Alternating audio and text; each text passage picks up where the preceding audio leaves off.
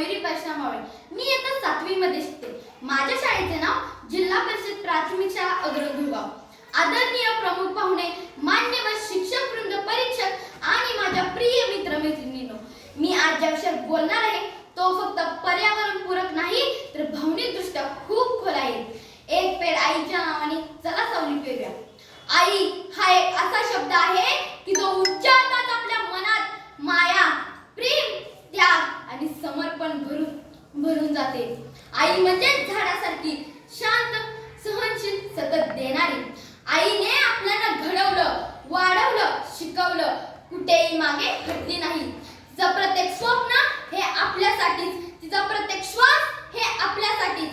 मग असं नाही का वाटत की त्या प्रत्येक स्वप्नाचं, त्या मायेच्या छायेचं प्रतीक आपल्या हातून घडावं?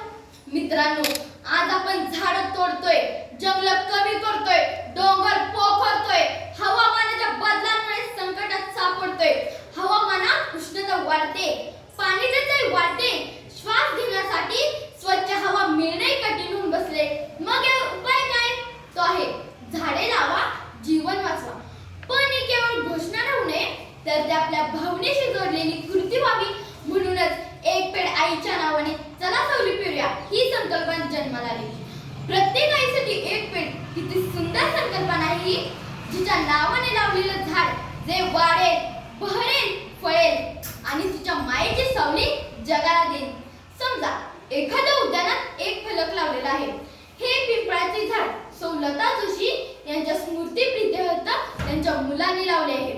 हे वाचताना डोळे पाणावतील आणि त्याच झाडाच्या सावलीखाली बसताना वाटेल ही एक आईची माया आहे जी अजूनही आपल्याला कुशीत घेते आहे.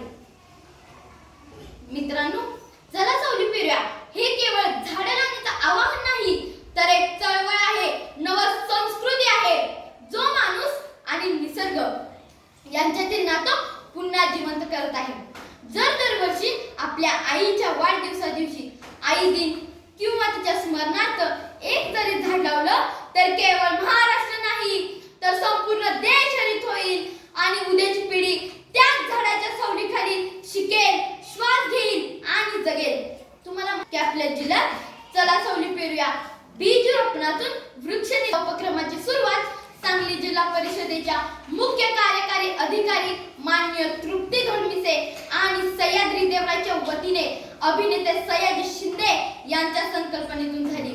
या उपक्रमासाठी एकूण 5 लाख वृक्षांच्या निर्मितीसाठी लातूरहून बीज तुला करून या बिया तालुक्याच्या ठिकाणी पोहोचले आहेत.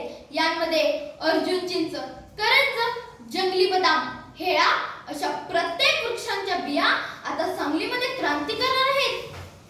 4,86,230 विद्यार्थ्यांना पिशव्या व बिया पोहोचून विद्यार्थ्यांच्या मनात वृक्षांची बी रोवले की ते आपोआप मातीत रुजले जाईल. अशा उदात्त भावनेतून पर्यावरण प्रेमी विद्यार्थी घडेल. सूर्य उगवतो तेव्हा फक्त दिवस सुरू होतो, पण झाडं उगवतात तेव्हा चांगले दिवस सुरू होतात. झाड हमखास फळ देतं, फूल देतं, पान देतं, पक्ष्यांना हिरवं रान देतं, श्वासासाठी ऑक्सिजन देतं, सगळ्याच गोष्टी देतं झाड. आईच्या मायेने फक्त झाडच करतं आपलं लाड. आईच्या मायेने फक्त झाडच करतं आपलं लाड. झाड हे औषध, झाड हे देव. उद्याच्या पिढीच्या आरोग्यासाठी 10 झाडं लावून ठेव, कारण झाड आहे तर आपली सुद्धा वाढ आहे, कारण झाड आहे तर आपली सुद्धा वाढ आहे. तुम्हाला जाणीव आहे का मित्रांनो की या वृक्षतोडीमुळे 600 कोटी टन जमिनीची धूप होत आहे. म्हणूनच तर मी म्हणते मित्रांनो, झाडाविना ढग गेले, ढगाविना पाणी गेले, पाणी विना शेती गेली, शेती विना समृद्धी गेली, समृद्धी विना सारे हतबल झाले. एवढे सारे अनर्थ या वृक्षतोडीने केले, या वृक्षतोडीने केले. आठवा जरा पुणे जिल्ह्यातील माळिंगाव अतिवृष्टीमुळे डोंगरखड्याखाली अखंड गाव गेलं. अरे मागे रडण्यासाठी एक माणूसही शिल्लक नव्हता. आठवा जरा मागील 3 वर्षातील सांगली, कोल्हापूरचा महापूर, त्यात अनेक लोक